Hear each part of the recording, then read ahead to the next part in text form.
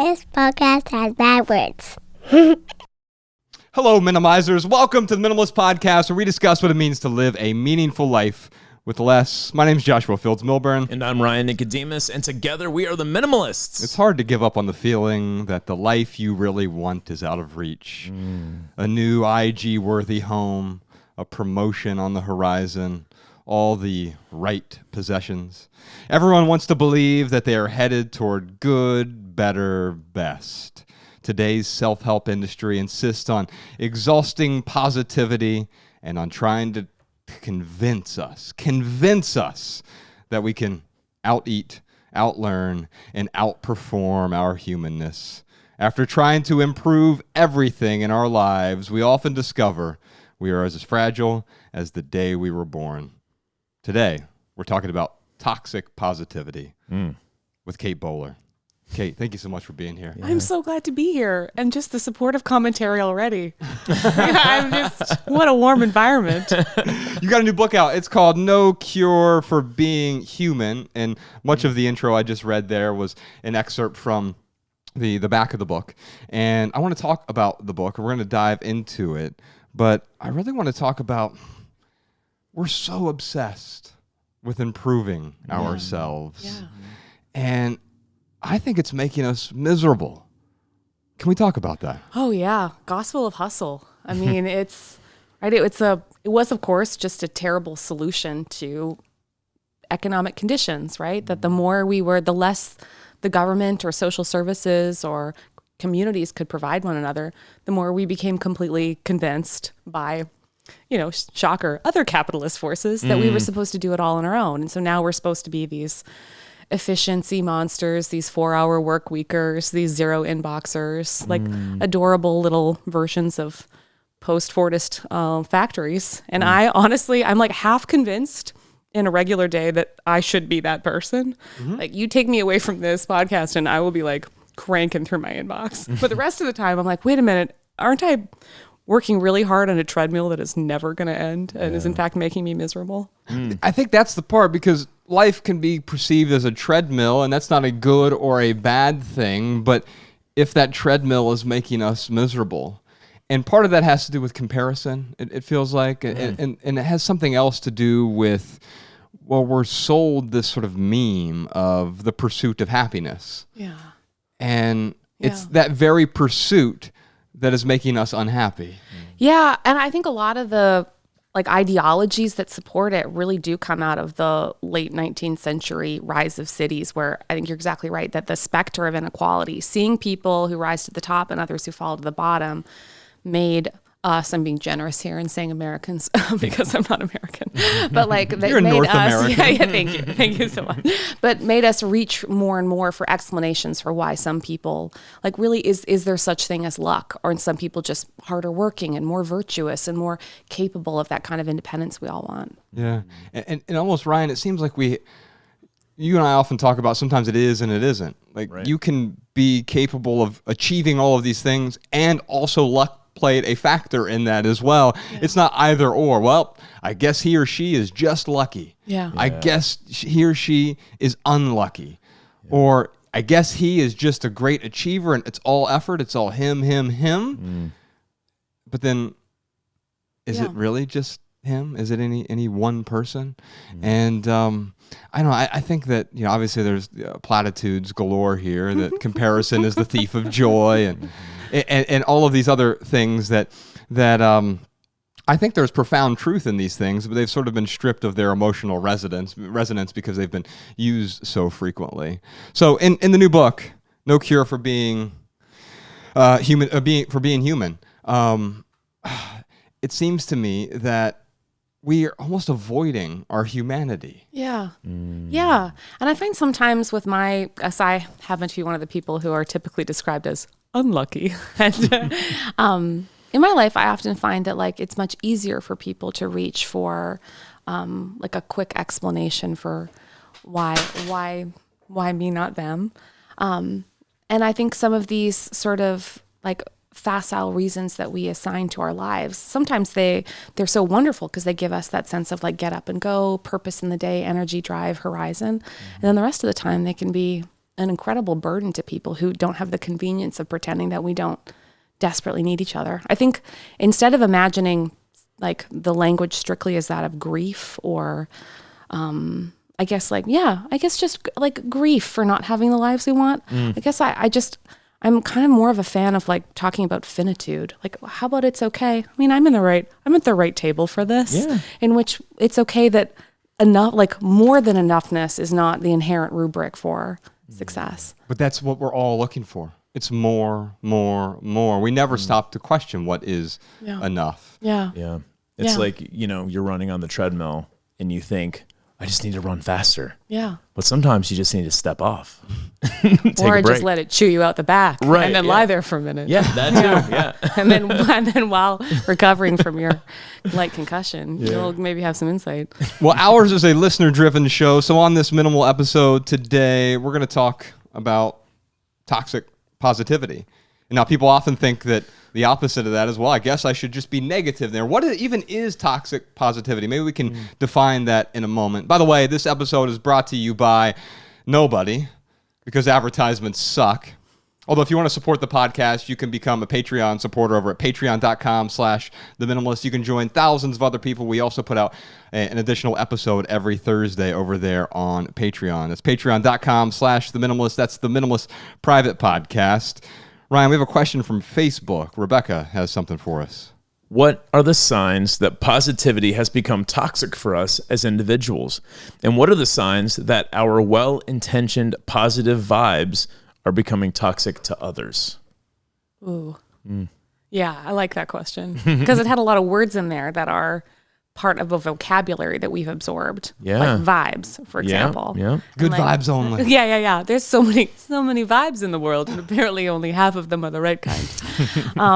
And these are like what we call this is my American religious history hat that I put on to begin sentences with, it was the late 19th century.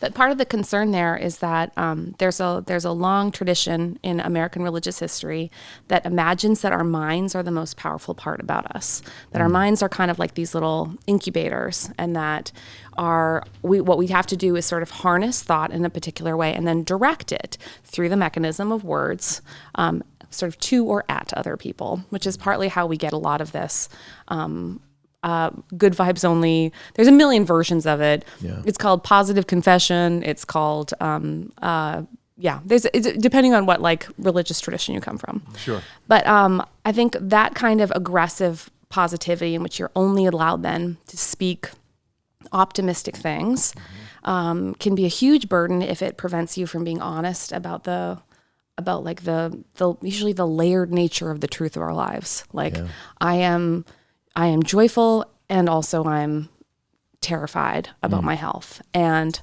so I find encouragement can really very quickly take a detour into preventing people who are suffering from saying anything that makes us feel sad under the guise of positivity. So I would say it's a burden when it prevents us from being honest, and it prevents any kind of sentence that can't have an "and" in it. Right. And it almost feels as though there's this binary. You either have to be positive, which we then say is good. Yeah. And then it's value judgment on everything. And then if we're not positive, then it is bad, right? And then there's like this weird sort of moralizing aspect of that as well. Yeah. If you're not positive, in a way, it's immoral. But at the same time, the antidote to that isn't, well, then walking around and complaining. That's not what we're talking about either. Just a widened, I just kind of think of it like in a camera, like a widened aperture for the light and the dark. You get all the granular details then. And so all I want is, and I'm a Jesus-y person, so I just have a lot of like, God, just let me see the world as it is. Like, let me let that include both the beautiful truths and the ones that I would really rather not see. Yeah. I'm thinking about whenever we hear about these negative emotions, or we build a camaraderie by complaining with friends or family or whatever, and that's not the antidote to this toxic positivity. So what really is why? because I'm not. Yeah. I'm a positive person overall, and people tend to see that I'm overwhelmingly positive, but that's not an affectation either. Yeah. And I think maybe it's the affect that is the toxic part of this, because the opposite is also toxic, and I would even say more toxic. The constant complaining, the shaming, the blaming, those things are all toxic as well. Yeah, I guess the problem too with just the language of positivity is we're describing so many things at the same time, right? We're describing affect, and we're describing personality sometimes. One of the consequences of being middle class, I just read this book on sort of the history of class, and one of them is ingrained optimism. And I was like, oh, I thought I had a personality, but it turns out I'm just middle class. so sometimes it's a function of class and circumstance. Sometimes too, though, it's part of this really deep religious and psychological strain in American culture that pretends that our minds are always the kind of drivers of our entire existence. When in fact, thank you to the rise of trauma studies, language of embodiment, that we're always kind of doing multiple things at the same time. We're both our genetics, we're our experience, and emotions aren't simply something we just like direct with our insert scary face smile right now, but that we're a flood of a whole constellation of different positive or negative forces, and living and sorting through it is part of the like wisdom of figuring out how to be honest while we are people again today. So you said that being middle class, you have an ingrained positivity. Yeah. Interesting. It's what I first thought of was like, well, maybe that's because the middle class like has things that they are striving for, reaching for, hoping for. Yeah. Where like someone who's rich kind of like has it all. Yeah. And it's horizon work. That's what I think of it. Like when one of the functions of class, right, it's resources. And so when people have limited resources, they just have to constantly work with a horizon that feels really short. And then therefore it creates chaos because they can't create predictability. And that's why people become what they call like choice poor. It's like every choice costs too much. Yes. And then and then we all get, it's like if they did this with game simulation where they're like, they gave a certain set of kids a lot of choices as turns, and then some kids fewer choices. And at first, the kids with fewer turns played really carefully, but at some point, they just got tired, and then they start spending their choices, the way we do when we get tired. Right. And so, when we're choice poor, everything can feel intense and fraught. If you have an extended horizon, like with the middle class, you do get that longer runway feeling. You get that. That's how you get your like striver mentality and theology. You get your like hustle, hustle, hustle. And the upper class is typically defined by a limitlessness, like in everything. They have the embodiment of everything is possible, where the middle class just sort of screams it at each other. And yet we've seen through history where that any of those things are possible no matter where you are on the socioeconomic spectrum. We all see examples of extremely poor people who have a sort of abundance mindset, right? And then we have rich people, billionaires, when the stock market goes down, they're hurling themselves out of windows because of the scarcity mindset. It's like, oh, I can't believe I'm only 100 millionaire now. I'm no longer a billionaire. How can I possibly live in a world like this? Right. And so we've seen that, it's possible, and maybe there's a certain mysticism that's required or transcending the circumstances. Although I want to talk to you about this because the last 3 years I've had some pretty significant health complications in my own life, and you're not unfamiliar with that. And it's nothing compared to you, but it's not a comparison thing here. But what I found is in those moments where it is most challenging for me, I find that I'm less generous. And I don't know what it is about that. There's something about the fear that doesn't allow us to be ourselves. It's a very clenched kind of place, fear. And I think that, that makes sense that we start counting differently. The math of our life becomes very small and finite. It is hard to, I guess I've kind of had both experiences, weirdly, depending on what sort of terrible thing I've been going through. But like there have been moments in my life where, because I was undone, like I'm just thinking of the moment where I was, there's no cancer in my family. all of a sudden I'm told I have stage 4 cancer. And it felt like my brain, it felt like I was floating in space. Like it couldn't possibly be true. I had to walk over to the hospital, and nothing was ever going to be okay again. I was positive about that. And I could just feel, because adorably, I work at a place where my place of employment, I work at a divinity school. So it's mostly teaching like nonprofit workers or pastors and that type, and is like just about 5-minute walk from the hospital. And so I'm like change out of my pretty fun lecture dress and then into like this sad hospital gown. And I was like, well, like this is my new life. And then they came over in all their little suits, and they popped all their little clerical collars out of their gym bags. And there's just like 22. They're like, how many pastors do you have? Because you're allowed to get in if you're a pastor. So they're like after hours. And they just came in and like, just like a hand on my shoulder or like on my head, and just like saying to me, and like they just have all the stuff. They've got the like sweet little like anointing oil, just like they just bubble wrapped me with so much love that even though I didn't know who I was anymore, I felt like honestly like just like my life is over in the way that I know it. And just I've never felt like I had that much abundance. And that was made entirely by other people's love. Wow. So every now and then I feel like when we have less, when we sort of surrender the illusion of it, every now and then people are they just life raft you, you know? Wow. Yeah. Mallory, do we have any tissues, by the way? I'm going to use this. I'm just going to hope this silk is You absorbent. can grab a paper towel in there. So, wow. Or I can be ragey and sad and petty. I mean, it's really a lot of choices. I got a both and situation. Let's talk to Barley in Boise, Idaho. One of the issues that I've seen come up about minimalism is that many people see it as elitism. So I read a comment on a blog the other day that said, quote, I think that one reason I've never embraced minimalism is that there seems to be an inherent disconnect with true suffering that makes it difficult to have a healthy relationship with those that don't have the same privileges as me. And I've also heard that it is another form of conspicuous consumption, a way of saying to the world, look at me, look at all of the things I have refused to buy.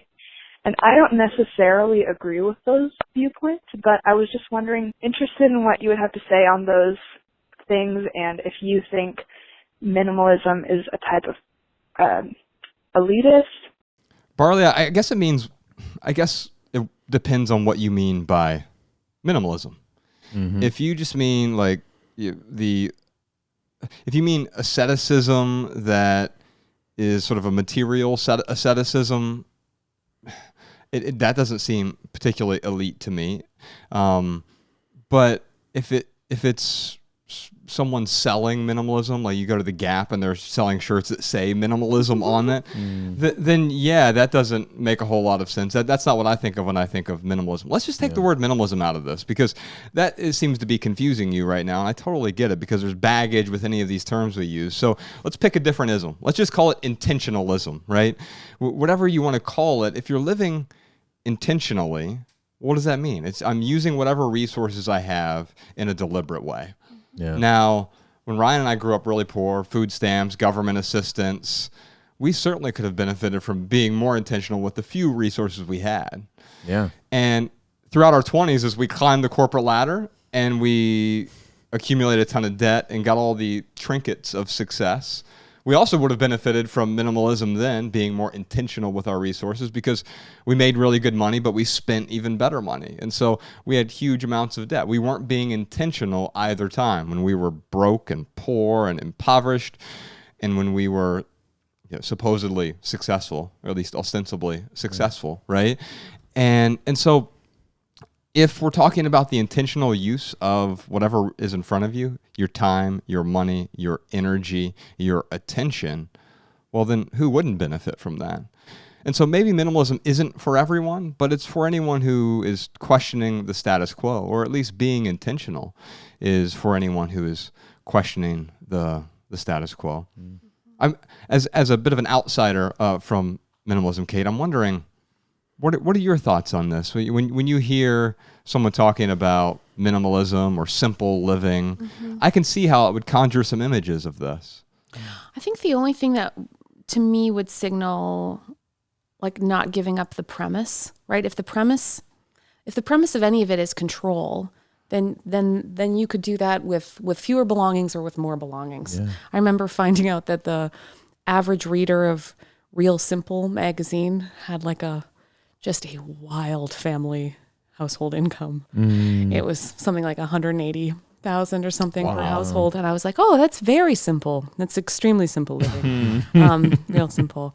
But I think the aesthetic that what I was reading in some things was just that beautiful Spartan quality was just another way of saying, look at all the time I have to curate everything in such a way that it makes my life feel like it's full of beautiful choices.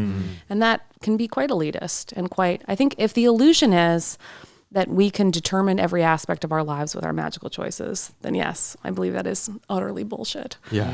Yeah. But I think if we recognize that some of the things that are going to determine our lives are the things we don't get to choose. Yeah. And then we just try to live with truth and beauty and intentionality with the rest. Then I say, make me a minimalist. Yeah. So tell me what is your definition of an elitist, either of you?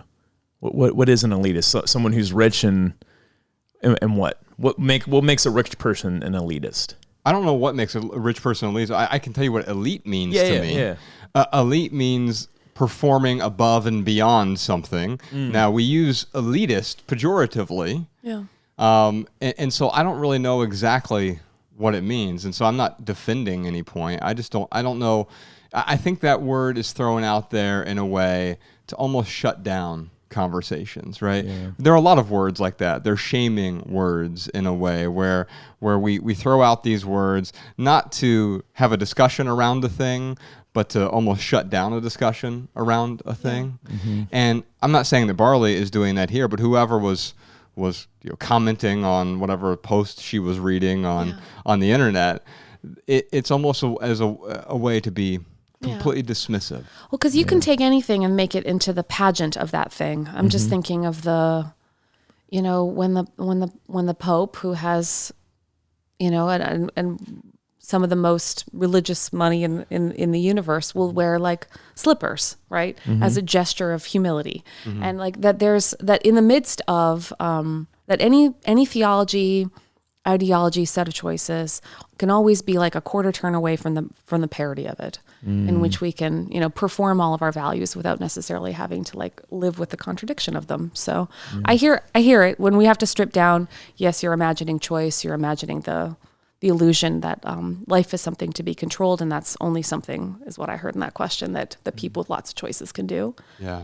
But also, none of us get out of the problem of having to make these really, like, there's a lovely and boring word for it. It's prudential wisdom. Prudence is this wonderful word that just means the wisdom to see those fine distinctions and know. I think that's what you guys are talking about. Yeah. So an elitist, I guess, could be a minimalist. But sure. But I don't know if it's the other way. Because like I look at, well, you're a Jesus-y person. I would call Jesus a minimalist. Was he an elitist? Yeah, it depends on what you mean by elitist in that sense. Right, and that's why I asked the question, is because like, what does it mean by elite? To me, it's when someone says minimalism is for elitists only or whatever, I mean, they're just shutting down the conversation. They're looking at it and saying, I couldn't live that way because of my own desires and my own actions.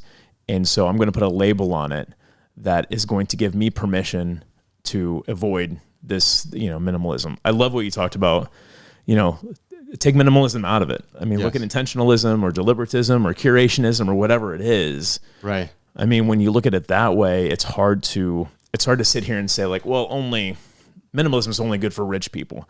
I mean, I've seen countless articles where it's like, minimalism doesn't work for the poor. It's like, why would you exclude someone like that? Yeah. Like, well, it's fascinating to me because I'd have to pretend that we don't get all these letters and emails and phone calls from people from everywhere from Kenya to Kalamazoo who are talking about wherever they are on the socioeconomic spectrum.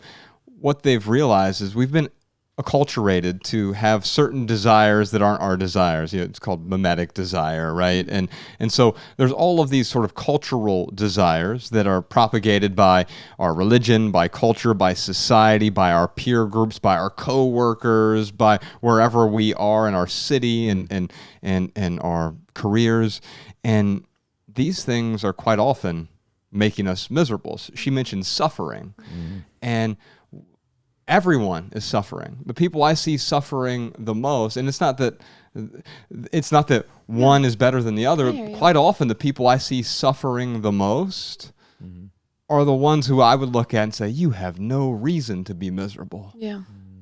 But that doesn't make the suffering any less real. There's kind of a nice little, because I like the problem of desire. I know it's like every philosophical school has this problem of like the problem of desire, and like, is it okay that we want things, and do we increase our own suffering by wanting too much or chasing creating malformed desires and then drowning in them, and we see that all the time with lovely people who just keep trying and trying and trying and buying, and they just never get there. And wherever there is, it's not a place they live. And there's a lovely little, I just remember having this problem after coming out of the hospital when I was trying to figure out okay, well, I don't know how long I'm going to live, but I know I have to figure out some kind of way of doing this. And obviously my way of doing this before was my super hustle train, and I was great at it. And now that can't be the driver. And I found... Why can't it be the driver? Because I could just, I would just I would let that feeling of productivity consume everything else. I think that's a big driver. The desire to be productive, that's also a mimetic desire, right? Other people, we see them hands moving and GTD, whatever it is, getting things done and hustle, right? I made that whole system one time. It had lots of folders. Yes. Every day was a folder. And right. If your partner talks to you, you have to put it on a note and then put that note in the day folder. And I was like, I don't feel like we have that kind of relationship. It's the spreadsheets of goals, all of these things. Yeah. Well, there's nothing inherently wrong with them. What I see is we're creating a culture that is obsessed with doing things that make us miserable. And that's why I asked, well, why is that not sustainable for you? Because the question you asked, okay, I got out of the hospital, and I said, okay, now what? Now what? Yeah, now what? Now what? I was really good at this Can't we all ask that? Yeah, right? I really hope. My drama tends to give me more I just get stark choices sometimes, but I really do think we all get we all get the problem of now what? We've got numbered days, hours, resources, people to love. Everything about us narrows to a dot on the horizon. And because of that, what now? And I had really let that kind of being in fifth gear feeling it helped me get out of a lot of difficult circumstances. I was I was one of the only women who could get a job in my field. I was able to be hyper productive at a time in which no human person should be able to, and all of that gave me a certain amount of sense of purpose and joy. And then all the rest of it made me feel exhausted and scared. Yeah. And it was never going to be enough. And I didn't even know how to just get off get out of the paradigm. I think the toxic part of what we're talking about here with the toxic positivity is the exhausted and scared and fearful and grieving that turns into self-pity, which I want to talk to you about on the Maximal here in a second. But actually, before we move on to the lightning round, Barley, I want to send you some tickets. We're going to be in Salt Lake City. You're in Boise. You got to make the drive down. What is that, 84 to 15?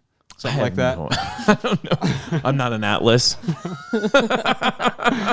Don't let him fool you. He has the entire United States tattooed on his back. Really? Why have we not gotten into this before? Josh, you said you would never tell. It's a tramp stamp, really, is what it is. Watch me dance. Barley, we're coming to 20 cities. It's the Love People Use Things tour. We just had a new book come out. It's called Love People Use Things because the opposite never works. And one of the cities we're coming to is right down the street from you there in Salt Lake City. We'll be there, this month. The tour starts today when this episode comes out, which is next Tuesday. And we're going all over the place. U.S., Canada as well. We're back yes, at indeed. it. Yeah. We'll be on the coast, so New York and Boston and D.C., and we'll be in Florida and Nashville and Atlanta and 3 cities in Texas and L.A. and San Francisco and Denver, a bunch of other places.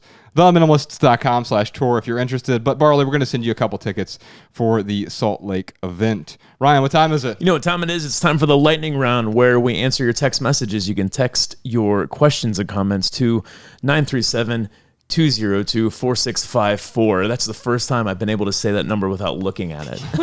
You looked really focused. The irony of this is those texts, they go to both of our phones, literally, so people can text us, but like we just have this app. It's a shared app that we use together. Anyway, Kate, during the lightning round, so Ryan and I and our guests, we do our best to answer questions with a short, shareable, less than 140 character response. Great.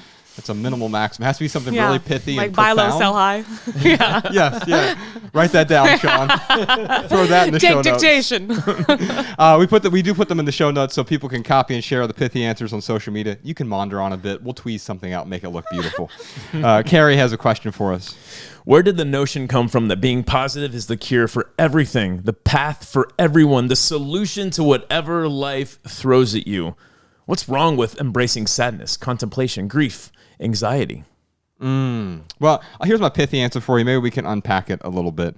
So, self-pity is the bedrock of toxic certainty. Let's sit on that for a second. So I think quite often, there's nothing wrong with grieving. There's nothing wrong with these things. We've got to stop moralizing, and if we want to better understand how we feel, right? Because then we just repress it. Oh, I'm anxious. I shouldn't be anxious, and therefore let's just hide that. Let's pretend. And that always works. You know how I can cover it up? If you push it deep down, it'll never bubble up. Right. That's what the down part is for. Yeah. It's a whole directional problem. I'll hide it by being more positive. Right? Yeah. Oh, man. Yeah. And yet, I think we can get certainty as well from this sort of self-pity, where it's like, oh, woe is me. It's, and then now that is my place of certainty, which is a basic human need. We all have a need for some amount of certainty, but one of the ways we get emotional certainty is trapping ourselves in that cycle in a way. Did you ever experience that when especially with your diagnosis? Well, I felt, because I guess my plan for before was the kind of everything is possible plan. And then when everything was not possible, I was like, well, I can't do the opposite, which would be fatalism and despair, and nothing is possible. So I tried, I guess I'm more and more obsessed with the idea of limited agency. You minimalist. Little place of action, little place of intention. But and just always being able to ask, well then, if it's not everything, it's not nothing, then what is possible today? And that little bit of runway is a place where I can find freedom, but not the kind of illusion of self-mastery. Yeah. There's something beautiful we can tweeze out there, Sean. Yeah. It sounds, it's like the balance between anything is possible and nothing is possible. And I think that's what minimalism helps me do that. It just kind of finds that middle ground. That's awesome. My pithy answer is this: our emotions are mountains. The peaks create the valleys. We have to experience the negative with the positive. But if we stay in the valley, it's going to be a problem. If we try to stay on the peak, it's going to be a problem. Yeah. What I love about this answer is it also exposes something as well, that our need for the peaks creates deeper valleys in our lives. Yeah. So the chasing of the happiness that we talked about earlier, if we're constantly, the adrenaline junkie or whatever, it creates these deeper valleys for us. Yeah. And although, what's beautiful about that is sometimes those valleys are really beautiful too. Yeah. Right? Mm-hmm. I've heard it. I have a friend that she says, like that those valleys, they can like excavate out deeper joy. And so like it digs out something inside of you. So it's not just that you're in the valley, but like it helps you go richer and deeper than you could have otherwise. And I think that's right. Yeah. I don't know people who haven't experienced a lot of pain who don't have an incredible capacity for joy. Yeah, I agree with that. It's interesting what I've been trying to do. I just kind of realized this over the last year.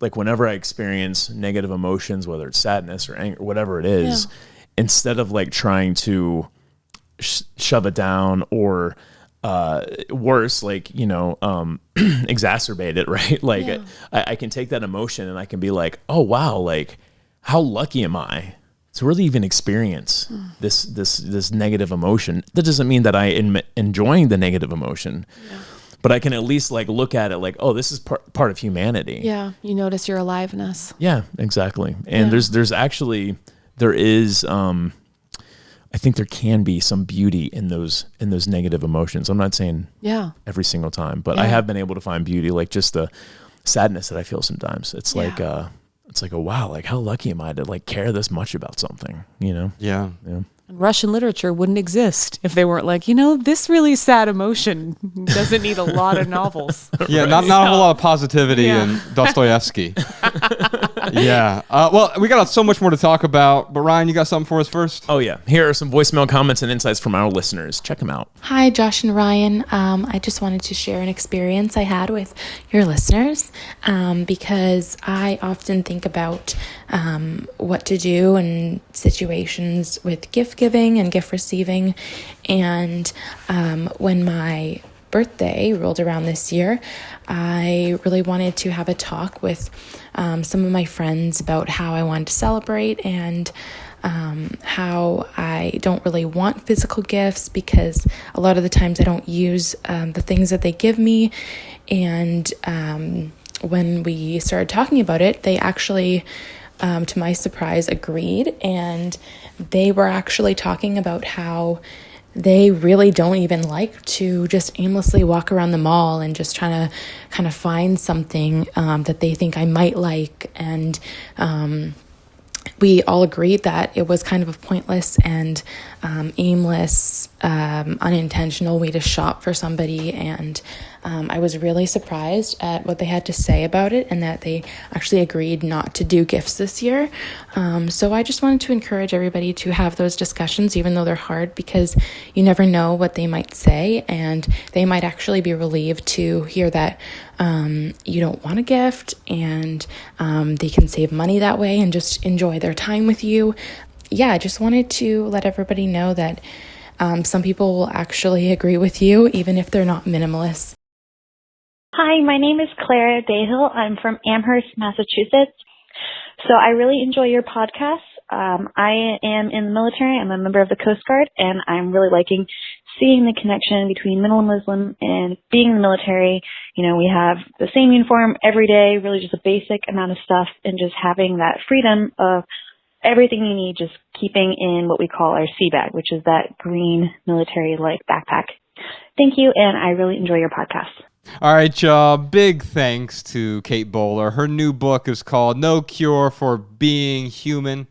You can check it out, wherever you check out books. We'll put a link to it in the show notes as well. She also has a podcast called Everything Happens, and we'll put a link to that as well. Also, katebowler.com, I believe is the website. You know it. There we go. Yeah, I visit it daily. It's a practice. It's a meditative practice. We got a bunch more surprise questions for Kate this Thursday over on Patreon. That's the Maximal episode on the Minimalist Private Podcast. But first, real quick, for right here, right now, here's one thing that's going on in the life of the Minimalist. Kate, we're getting ready to go out on tour. And so we're going to be all over the place, 20 different cities. Jordan just made this beautiful new tour trailer. It's hilarious.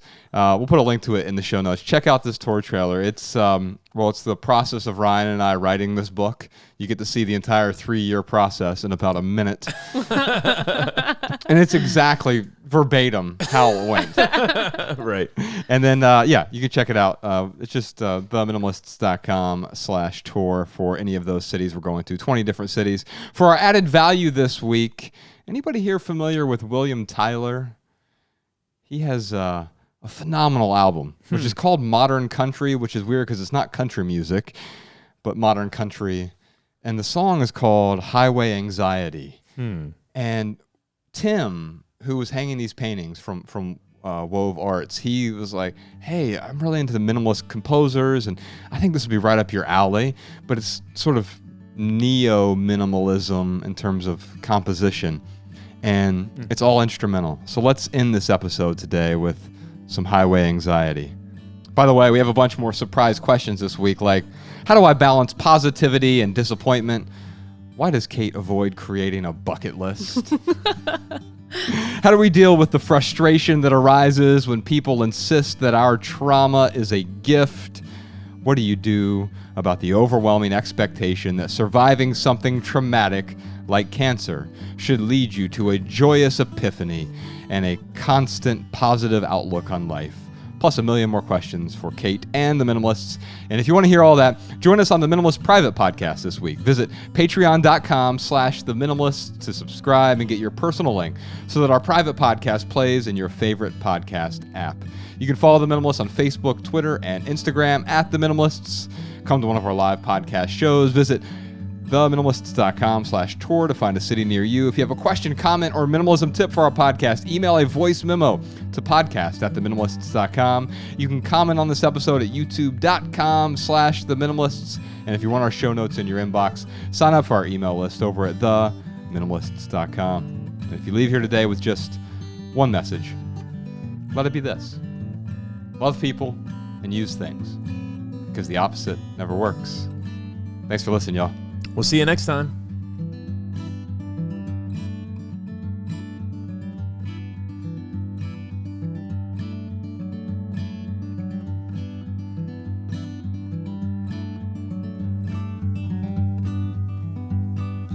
Every little thing you think that you need, every little thing you think that you need, every little thing that's just feeding your greed. Oh, I bet that you'd be fine without it.